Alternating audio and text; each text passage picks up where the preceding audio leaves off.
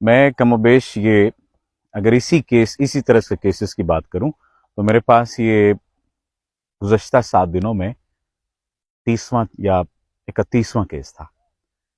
خاتون کہتی ہیں کہ وہ میری ضروریات پوری کرتا ہے لیکن اس کا ساتھ نہیں آیا۔ ضروریات پوری کرنے سے مراد کیا ہے کہ مالی چیزیں پوری ہو رہی ہیں لیکن وہ شخص ساتھ نہیں ہے۔ وہ ہر 6 ماہ بعد یا سال بعد آتا ہے اور 10 دن رہتا ہے اور پھر واپس چلا جاتا ہے۔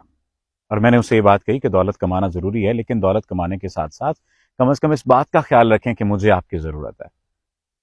آیا، چلا گیا، اسے نہیں معلوم کہ جو بیٹا پیدا ہوا کن مشکلوں سے پیدا ہوا۔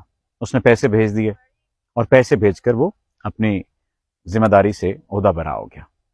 کہنے لگی میں نے انہیں یہ بات کہی تھی کہ مجھے پیسوں کی زیادہ ضرورت نہیں ہے جتنی آپ کے ساتھ کی ضرورت ہے، مجھے آپ کا ساتھ چاہیے۔ یہ جو پیسے بھیجنا ہے یا پیسے کی بات کرنا ہے اس کو اتنی امپورٹنس نہیں دیں جتنی مجھے آپ کے ساتھ کی ضرورت ہے۔ جتنا میں آپ کے ساتھ کو امپورٹنٹ سمجھتی ہوں شاید پیسوں کو اتنا ضروری نہیں سمجھتی۔ پھر انہوں نے ایک بات کہی کہ واپس چلے گئے تو سال بعد آئے۔ بیٹا ظاہر ہے اس وقت چھوٹا تھا، پھر وہی سلسلہ ہوا۔ 2 سال بعد اللہ تعالیٰ نے پھر ہمیں رحمت سے نوازا۔ یہ سلسلہ اسی طرح سے چلتا رہا۔ آج 4 بچے ہیں ہمارے۔ میری بڑی بیٹی وہ اسکول میں جاتی ہے، وہ میٹرک کر رہی ہے، اور اسی طرح سے انہوں نے باقی اپنے 4 بچوں کے بارے میں بتایا۔ لیکن اس سب کے باوجود میں اپنے شوہر کے ساتھ کل جو اس 20-22 سال کی زندگی ہے یا 18 سے 20 سال کی جو زندگی ہے، جو ٹائم پیریڈ گزرا ہے، مجھے لگتا ہے کہ شاید کل ملا کر میں 2 یا 2.5 ماہ یا 3 ماہ یا 4 ماہ اس کے ساتھ گزار سکی ہوں گی، یا 5 ماہ اس کے ساتھ میکسیمم گزار سکی ہوں گی۔ اور اسے صرف اور صرف اس بات کی فکر ہوتی ہے کہ پیسے تو آ رہے ہیں نا۔ میں انہیں 1000 دفعہ کہہ چکی ہوں کہ پیسے ضروری ہیں لیکن آپ یہاں رہ کر بھی کام کر سکتے ہیں، یہاں رہ کر بھی کما سکتے ہیں، میں تھوڑے پیسوں میں گزارا کر لوں گی، آپ وہاں پر بھی تو مزدوری کرتے ہیں، وہاں پر بھی تو کام کرتے ہیں۔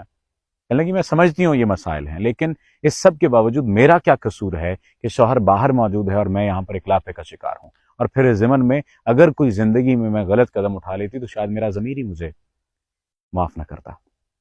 یہ پہلا کیس نہیں تھا، اسی سے ملتا جلتا کیس ایک اور خاتون نے، انہوں نے کہا کہ مجھے شادی کے 10ویں دن میرا شوہر باہر چلا گیا۔ وہ آیا، اس نے شادی کی، 10 دن ہم نے یہاں گزارے، پاکستان میں گزارے، 5 دن ہم ہنی مون کے نام پر کشمیر یا شمالی علاقہ جا چلے گئے اور واپس آئے، اور پھر ان کی فلائٹ تھی وہ چلے گئے اور سال بعد دوبارہ آئے۔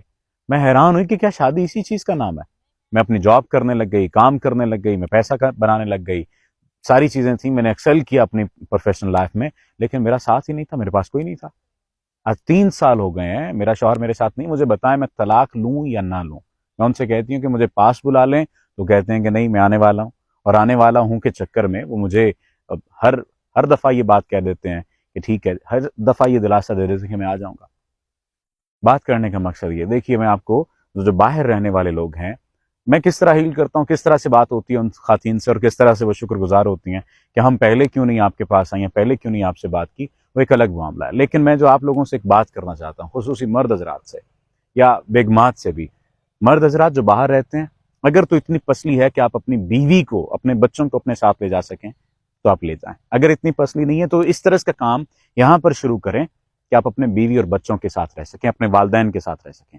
اور بیویاں جو باہر یا خواتین جو باہر کے لوگوں کو دیکھ کر شادی کر لیتی ہیں کہ لڑکا باہر رہتا ہے اس وجہ سے شادی کر لیتی ہیں، یہ شرط لازماً کر لیں کہ وہ شخص آپ کے ساتھ رہے اگر آپ زندگی گزارنا چاہتے ہیں۔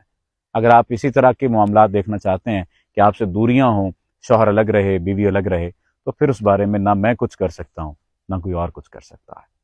اپنا خیال رکھیے، لیکن دکھ اور درد کو کسی نہ کسی ایسے شخص سے بانٹ لیجئے جو آپ کے دکھوں پر مرہم کا پھاہا کم از کم رکھ دے۔ کیونکہ ہمارے ہاں اگر کوئی ذہنی طور پر کسی مسئلے میں مبتلا ہو جاتا ہے تو اسے پاگل کہتے ہیں اور اسے یہ سمجھتے ہیں کہ یہ کیوں کسی سے مسئلہ ڈسکس کرتا ہے۔ اپنا خیال رکھیے، آپ کا بہت شکریہ۔